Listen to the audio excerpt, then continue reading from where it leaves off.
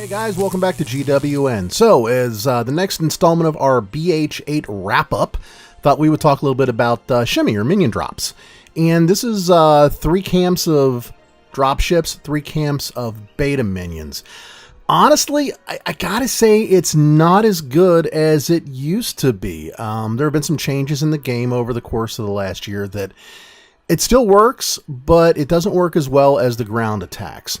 So if you're pushing, you probably want to use ground, but for just day-to-day farming and so forth, this works really good. I got 3 replays for you.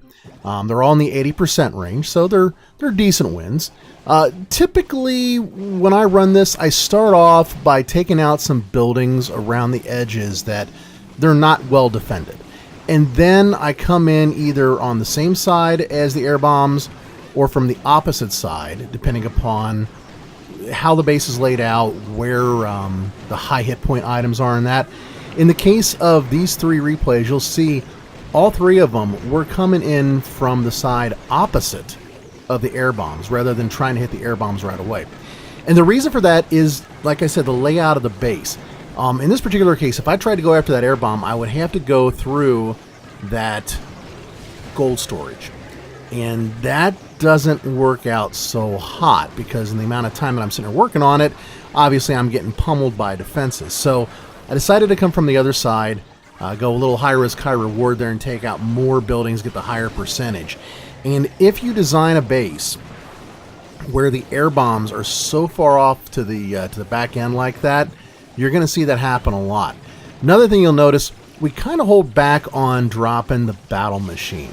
Since the giant cannon is no longer, zapping the battle machine for 48 gazillion hit points like he used to, you can afford to bring him in a little bit later and not worry about him going down so quick to it.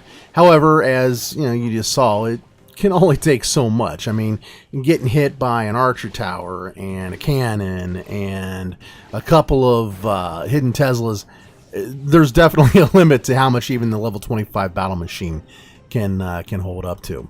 Taking a look at this next one. This is with Ben.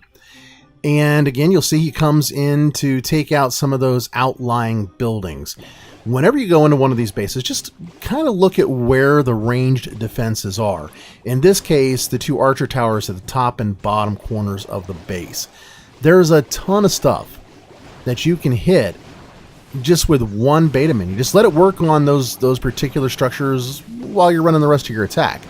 And then Ben comes in once more from the side furthest away from the air bombs, going to work his way through all those defenses.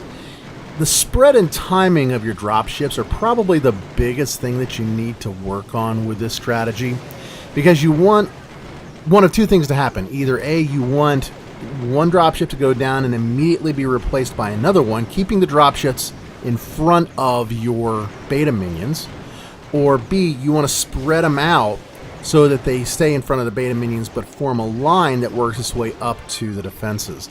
No 2 ifs, ands, or buts about it. The whole purpose of the dropships here is to tank. You get a little bit of mileage out of the skellies that they drop, but it's really just acting as a tank. The workhorse of this attack strategy is your beta minions. And they hang back and they'll take out stuff from behind the dropships while all the air targeting defenses are hitting the dropships.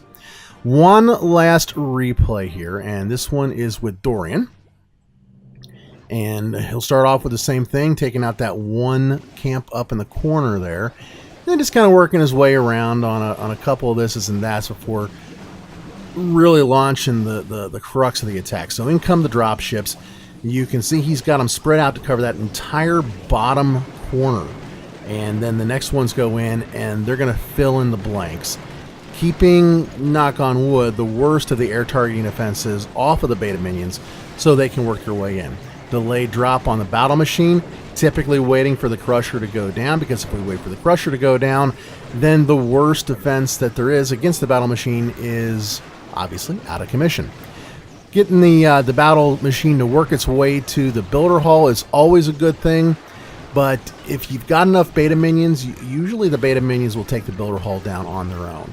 You can see those skellies are working on some stuff up at the top there until they finally get zapped out. That's the benefit of the skeleton from your drop ships. they will usually take out a building or two along the line if you spread all of your dropships out in a big line like that. So that works out pretty well too. And we'll come down to the final seconds of this attack, and you can see the Crusher is going to take out the battle machine. And boom, down he goes for an 85% 2-star. So, like I said, still a very viable attack strategy.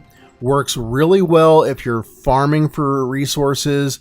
If you're pushing, you can use it in the lower levels, but once you start to get further up, getting up into the 5,000s, you're probably going to want to switch over to ground, maybe using Bombarian carts or Big Bart or something like that. So thanks a lot for sticking around to the end of the video. I'll be back in another day or two with some more attack strategies as we continue to close out BH8 in preparation for BH9. Take care and keep on clashing. Bye-bye now.